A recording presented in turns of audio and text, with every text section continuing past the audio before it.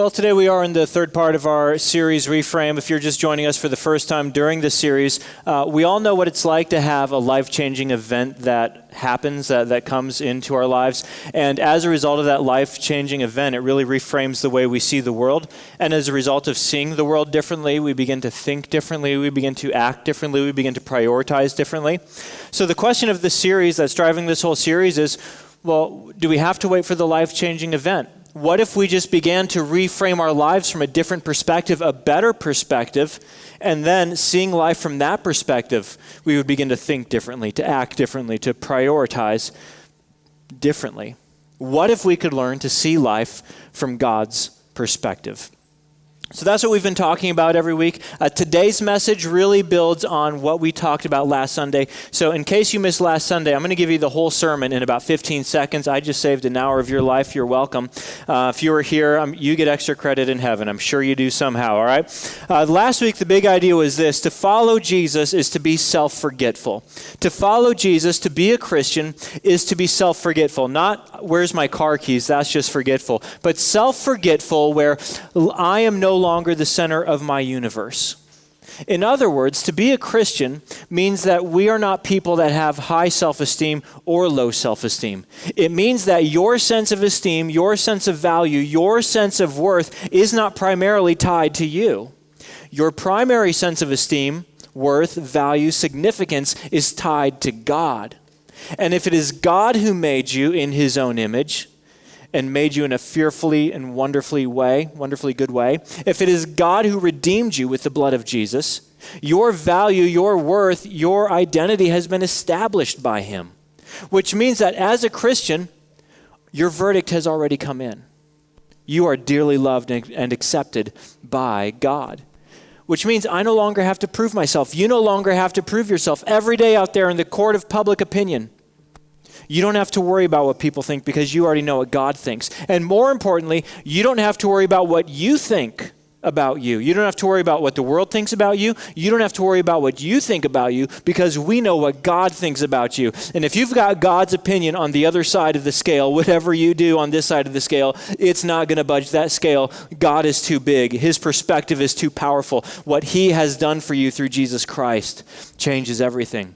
So we are a people who do not need to look to self to validate ourselves, and we don't need to look to others to validate ourselves. You've been validated. And God has said, your verdict is in, court dismissed.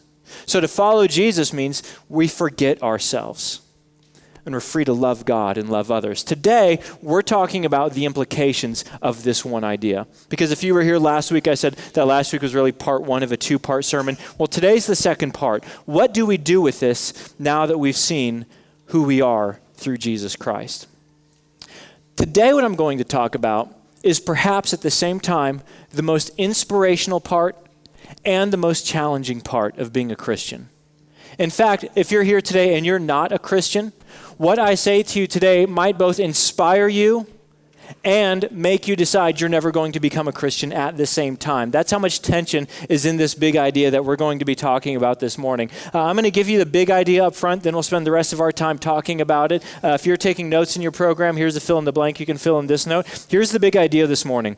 The essence of following Jesus is not self-improvement, but self-denial. The essence of following Jesus is not self-improvement, but self-denial. We live in a world and in a culture that pushes us continually towards self-improvement. Every year in our country, we spend more than $10 billion on self-improvement. We're trying to improve our minds, our bodies, our relationships, our finances, and we are driven to become self-improved people. But when God shows up in your life, his goal is not to make you a nicer version of the old you. He intends to make a new you. He does not intend to make an improved version of you. He intends to make a new creation with a new heart and new passions and new desires and a new hope and a new future in heaven with him. Which means that to follow Jesus isn't to work at incrementally becoming nicer, incrementally becoming an improved version of yourself, but to completely deny ourselves. Now, you already get why this is important. If you think of the people that you admire, that you look up to, that are inspirational to you, It's not the people who are really good at self-improvement. Ladies, I bet you've never looked at one of your peers who can still fit into her jeans that she wore in college and thought to yourself, oh, you're so inspiring to me, thank you. I bet you thought something else, because someone who's good at self-improvement is not inspirational to us, okay? Or there's someone who has a lot of financial margin and you're over here in debt, and you look at the person with a lot of financial margin and you don't think to yourself, oh, you're so inspirational. You've made the world a better place because look at all your financial margin. You've made the world a better place because look at how slim you are. Okay? Now, don't get me wrong. I'm all for self-improvement. I'm all for eating healthy. I'm all for great relationships. I'm all for financial margin. We even talk about some of those things occasionally here at Hope. But the essence of following Jesus isn't to become a better version of you. It is to deny you. Because the people who inspire you and the people who change the world are men and women who are willing to deny their desires, their convenience, what they could have done with their time, the options they could have had if their life was all about self-improvement, and to invest in making the world a better place. Even non-Christians get how this works. The people who have changed the world many times are not followers of Jesus, but they understood this principle. And they made their life not about making a better version of me and making life better for me, but it became about denying myself and denying what I could have attained in order to make the world a better place, or in order to make someone's world a better place. And the people you look up to and admire, maybe they didn't make the world a better place, but they made someone's world a better place. And if you are a follower of Jesus, if you are a Christian, this is not optional for you, because it is impossible to love your neighbor as yourself without making the world a better place. Just as Jesus has made us new as Christians, as we go out and love people as ourselves, we make the world a better place. We change the world around us. And to change the world around us, your world can no longer be primarily about how can I become a better version of me, but how do I deny myself to make the world around me a better place. Now, to do that, we're going to be looking at something that Jesus taught, because in the life of Jesus, we always see that he was surrounded by crowds and crowds of people. And the reason why he was surrounded by crowds of people is because he was always making their lives better. He was always changing the lives of the people that he was around. It wasn't just about him or self-improvement. He was always changing the lives of people around him, which is why he was always surrounded by a crowd. If you read one of the 4 biographies of the life of Jesus we find in the New Testament, there are always just crowds and crowds of people around him. And this wasn't like, hey, it's a party every day. Look at all the people hanging out with us. This is great. These were needy people. This was like having a crowd, an audience full of 4-year-olds all the time, and they need something from you. You parents know how this is. Mom, right? It's Jesus, always needing. I need another miracle, need another sermon, need to be fed. We need something from you. And there are crowds of people around. And there's nowhere Jesus can go from this, right? It's not like he can hop in a couple of black Suburbans with his disciples and say, guys, let's roll, let's get out of here. And off he drives away. Jesus can hop on a donkey. Okay? People are like, we're walking alongside of you. You can't get away from us. This would be like after the sermon today, if I go out to my car and the whole church just kind of follows me out to my car. Okay, and then I go to the restaurant for lunch and the whole church just follows me to the restaurant. Then I go home and everyone's outside my windows kind of looking in. That'd be like kind of weird, like go home, stop being so needy. But Jesus, he always made time for these needy people. He was always making their lives better. And in fact, many times he invited them in. Today we're going to start by looking at Mark chapter 8, where Jesus, surrounded by the crowd, said something fascinating to them about this big idea. It says, then he, Jesus, called the crowd to him, because they're already all around him. He says, come in close, along with his disciples, Peter, James, you guys lean in too, and said, whoever, as in anybody in this crowd, whoever wants to be my disciple, not groupie, not part of the crowd, but if you want to be my disciple, if you want to be my follower, if you really want to learn from me, whoever wants to be my disciple must, and here's our word, must what? Must deny themselves and take up their cross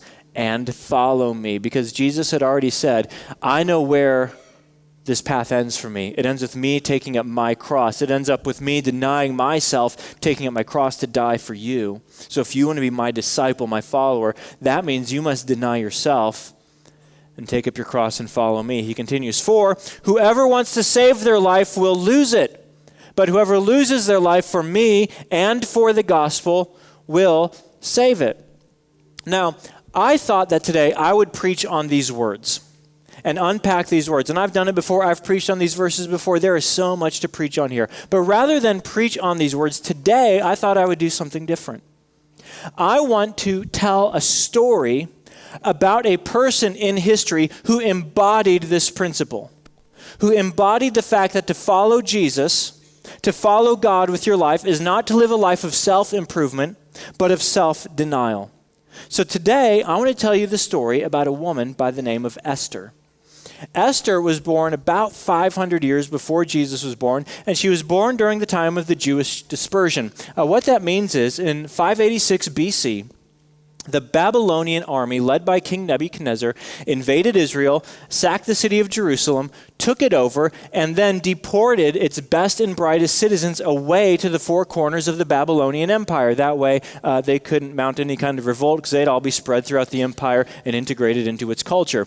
Well, Esther's family, Esther wasn't born yet, but her grandparents or great-grandparents were part of that crowd that was sent to the four corners of the Babylonian Empire. Well, eventually, the Babylonian Empire was conquered by the Persian Empire. In fact, a guy by the name of King Xerxes became the king of the Persian Empire in 486 BC. Now, King Xerxes, with his newfound power and wealth, he decided one day he's going to get all the important members of his government together and all of his old college drinking buddies, and he says, hey, I'm going to throw a party, and the purpose of this party is to show you how wealthy I am now that I'm the most powerful man on the planet. And that was literally the party. They got all in a big room, and there's food and drinks and dancing, and he just paraded right through the ballroom everything he owned. So they just paraded every piece of wealth he had right through that party room, and the party lasted 180 days. That's how wealthy King Xerxes was. You're like, my party would last about 180 seconds. That guy was seriously rich. Well, during the course of the party, Xerxes gets drunk. And you're thinking, for a 6-month party, I guess so. I think we all might be pretty drunk at that point. And he starts bragging to his buddies about how beautiful his wife is. Queen Vashti, his wife, he just starts talking about, my wife is so pretty, right? He's just bragging about how hot she is. So he gets an idea. Why am I bragging about it? I can show all my drinking buddies how hot my wife is. So he sends a message to Queen Vashti that says, hey, babe, remember that outfit you wore when you went to glamour shots at the mall? Yep. Why don't you go put on that outfit, get your hair done up, get your makeup on, because I told my drunk buddies how hot you are, and I want to prove it to them. So she gets the message. Now, for reasons unbeknownst to us, she declines the invitation. It's one of those, history mysteries. We don't know what happened in ancient history. Who knows what happened that made her say no? However, that was an act of incredible bravery in her day. Because in the culture of the Persian Empire, a wife did not say no to her husband, and nobody said no to the king. So this created a bit of a crisis. So when Xerxes sobered up, he called his cabinet together and he said, okay, we have a problem, because not only did the queen wife say no to her king husband, but she's like the first lady of the empire. She's setting an example for all the women. And if nothing happens to her, all the women of the Persian Empire might start getting bad ideas and saying no to their drunken husband's requests. So we need to do something about it. So they decided what we need to do is we need to strip her of her crown and banish her. So they did. Now they need a new queen. Well, where are we going to find a new queen? So they sent court officials to the four corners of the Persian Empire, and their goal is to find the most beautiful women in the empire and bring them back to Susa, the capital city. And there they're going to go to a year of training in beauty school, training on how to be a queen and beauty treatments and all that to become even more beautiful. And at the end, they get to spend the night with King Xerxes, and whoever he likes the most gets to become the next queen. Now, you're already thinking, we're so glad we don't live in a culture like that anymore, aren't we? We're so glad that our culture has evolved a little more, where we're a little more sophisticated and we're a little more respectful. The Bachelor. we're a little more enlightened as to how things should go in meeting people and dating and equal rights for men and women. But seriously, this is like freaky reality TV shows collide. It's like Miss Universe meets The Bachelor meets Persia's Got Talent, and a very specific talent that the king is looking for, I imagine. So he brings all these women together, hundreds of women, to form his new harem, and one of them gets to become the queen if Xerxes is pleased with her. Well, one of these girls is Esther.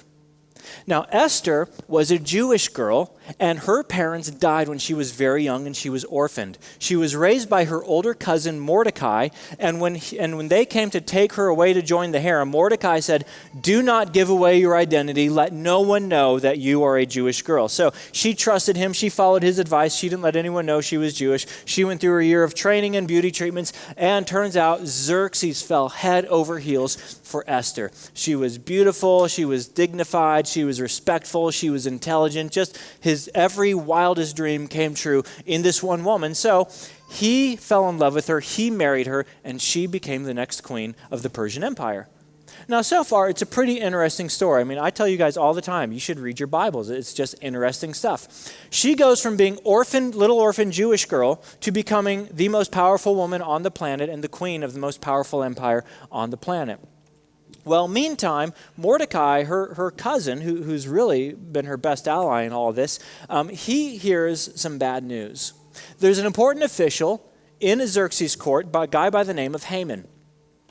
Haman was so important that people were actually supposed to bow down before him at certain occasions. Well, Mordecai, who was also a fairly important guy, he decided he wasn't going to bow down for him, because he knew he was a bum and he only worships God. I'm not going to bow down for Haman. Haman got so upset. He had such a big ego. He decided he was going to extract revenge, not only on Mordecai, but on all the Jews, because he knew Mordecai's a Jew, so he decided he hates Jews. So he wants to bring a wrecking ball on all of the Jews living in the Persian Empire. So he goes to Xerxes and he says, "Oh, benevolent king," and he convinces him that the Jews are a threat to the empire and gets him to pass a law. The law says on a set date, it will become legal to kill your Jewish neighbors and take all of their possessions to be your own.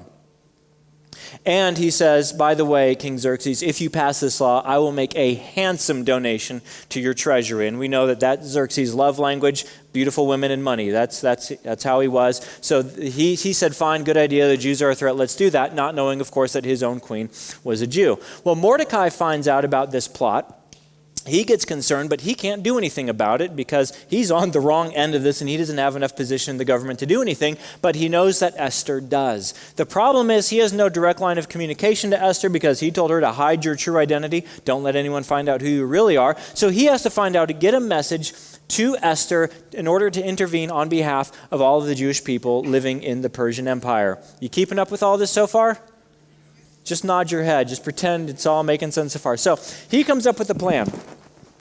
He goes and he sits outside of the king's gate. See, in the capital city of Susa, there's city gates, and then there's like a government internal city with city gates. He goes and he gets outside the city gate, and he's in mourning, he's in sackcloth, he's wailing, and some of Esther's servants hear about it and see him, and a couple of her servants know who Mordecai is, and they know who Esther is, and they're trustworthy. They're not going to say anything, but they find out that Mordecai is gone into mourning, so they get word to Esther, "Hey, something's wrong with Mordecai." That's where we pick up the story in Esther chapter 4. When Esther's eunuchs and female attendants came and told her about Mordecai, she was in great distress. She sent clothes for him to put on instead of his sackcloth, but he would not accept them. Then Esther summoned Hathach, one of the king's eunuchs assigned to attend her, and ordered him to find out what was troubling Mordecai and why. So Hathach went out to Mordecai in the open square of the city in front of the king's gate. Mordecai told him everything that had happened to him, including the exact amount of money Haman had promised to pay into the royal treasury for the destruction of the Jews. He also gave him a copy of the text of the edict for their annihilation, which had been published in Susa, to show it to Esther and explain it to her.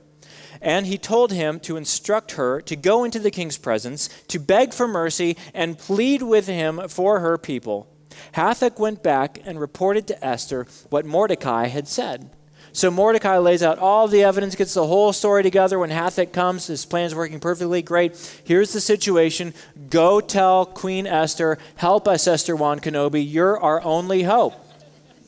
We're only going to get more Star Wars references as we get closer to Christmas. You've been warned.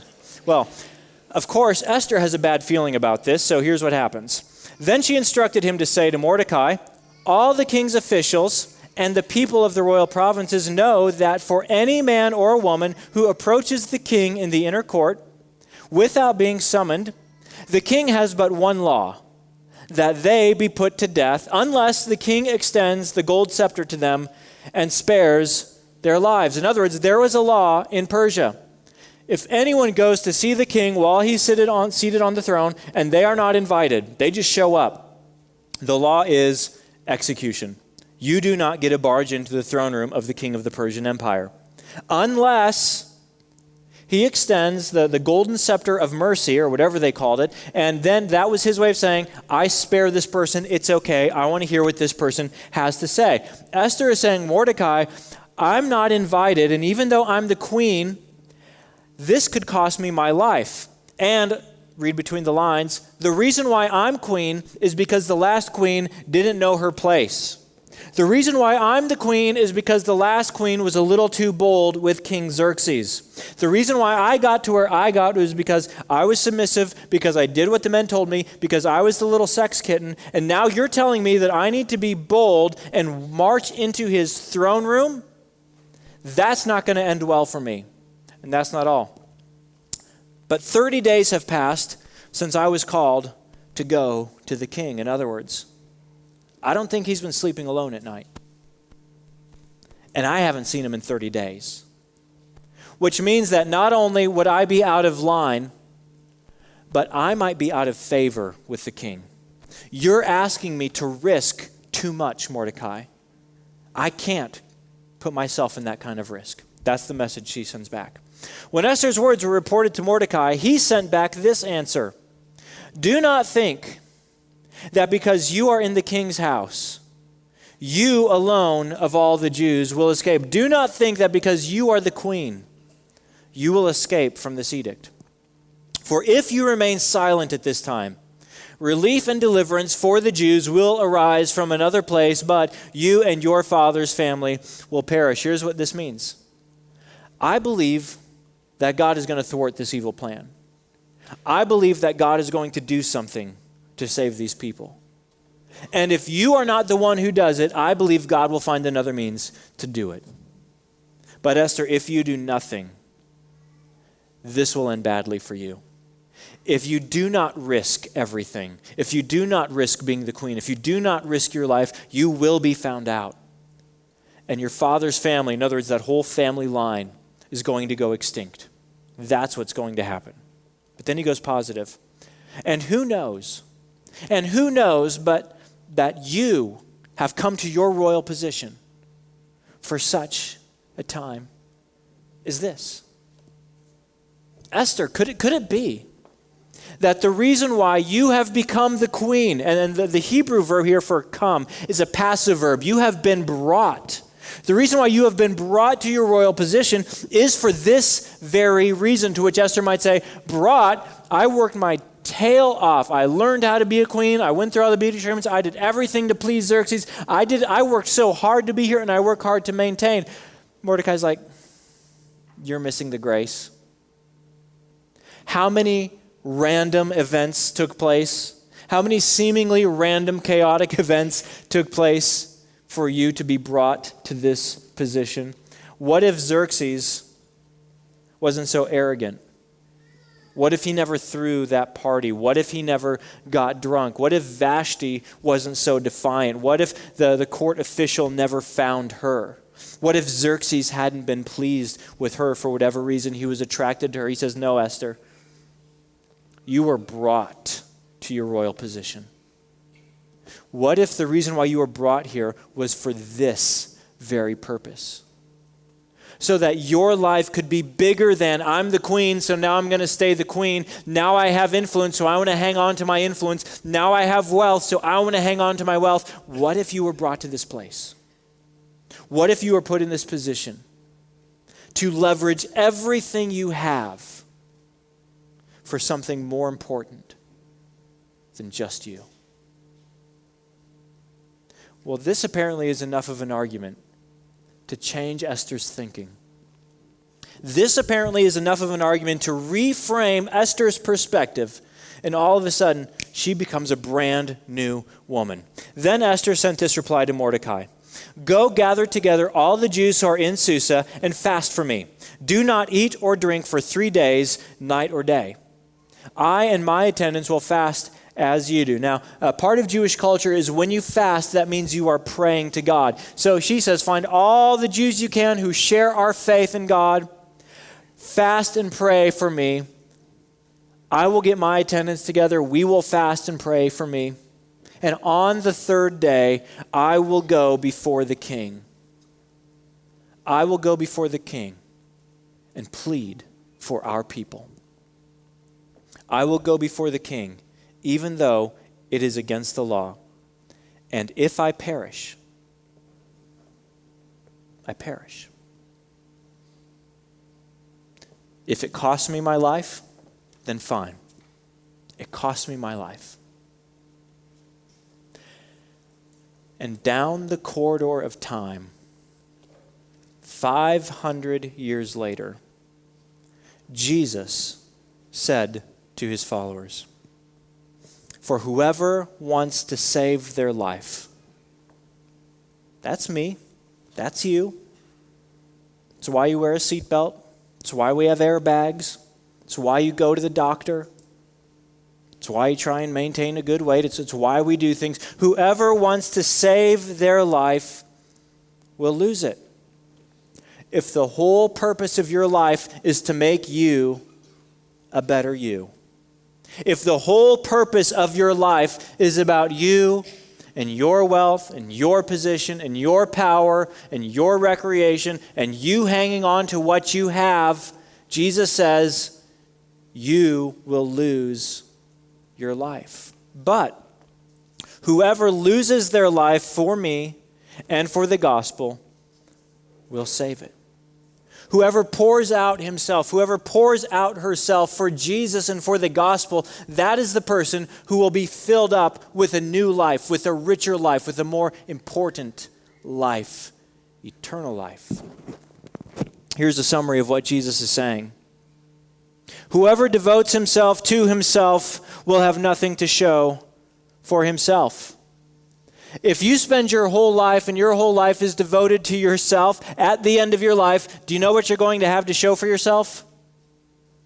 Yourself. That's it. And God's like, you already had yourself when you started in this world. What do you have to show for yourself? What if instead of devoting ourselves to ourselves and our retirements and our future and our self-improvement, what if we began to devote ourselves to something bigger than ourselves? Because that's exactly what Jesus is inviting you into. Jesus is inviting you in to living for a purpose that is bigger than you. That's what you were made for. You were made by God not to live for yourself, but to live for His glory and to live for the good of others. And you don't want to get to the end of your 40s. You don't want to get to the end of your 50s. You don't want to get to the end of your 60s. And you've got life figured out, and you've got finances figured out, and you've got health figured out, and you've got this wrinkle-free life, but all your life is about is you. You're going to have nothing to show for your life but your comfort. Your achievements. It's all about you. And God's in heaven going, I made you for a purpose bigger than you.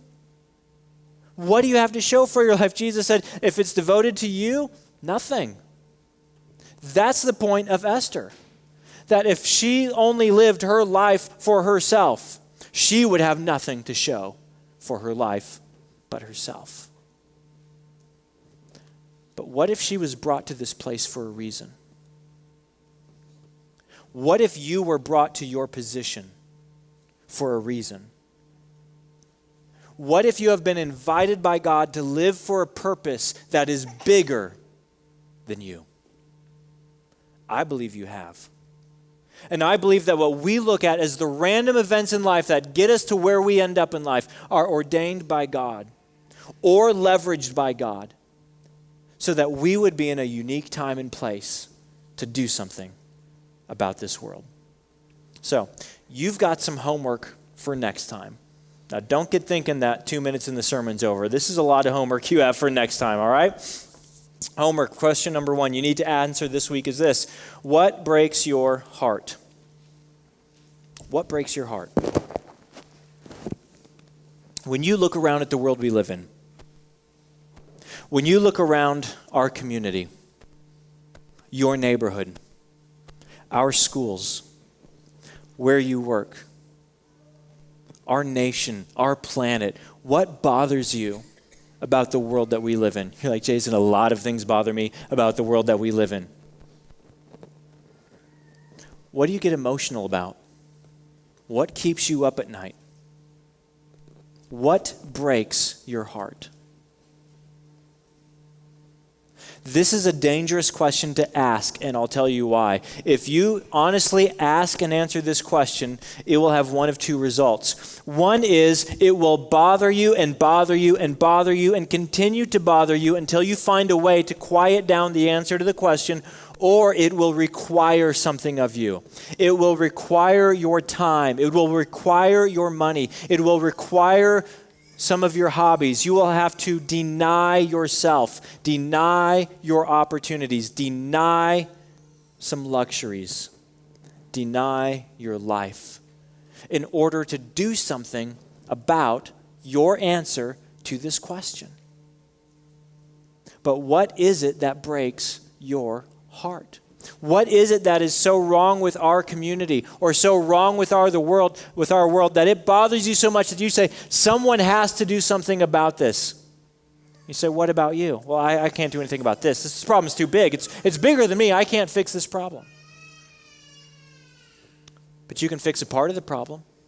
You can address some of the problem. Can you change the world? I doubt it. You can change somebody's world. So what is it that bothers you? What breaks your heart when you look at our world? What just isn't the way it ought to be? Now, here's how some people answered this question. A little over 10 years ago, there was a very small group of people living in this community and something broke their heart. What broke their heart was that when they looked at all the churches in our community, too many churches were only ministering to church people. And they looked at our community and they say, there are people who are disconnected from God, who are disconnected from Jesus, yet the churches aren't connecting them back to Jesus, and that breaks our heart. There are too many churches where the kids are brought into church and they get baptized and they go to Sunday school, and for the next 12 years we teach them a lesson. Church is boring, church is boring, church is boring. And they turn 16 and they leave and we say, what happened? They say, we're applying what you taught us. Church is boring, so we're gone. And that broke their heart, that people were becoming disconnected from our Father in heaven.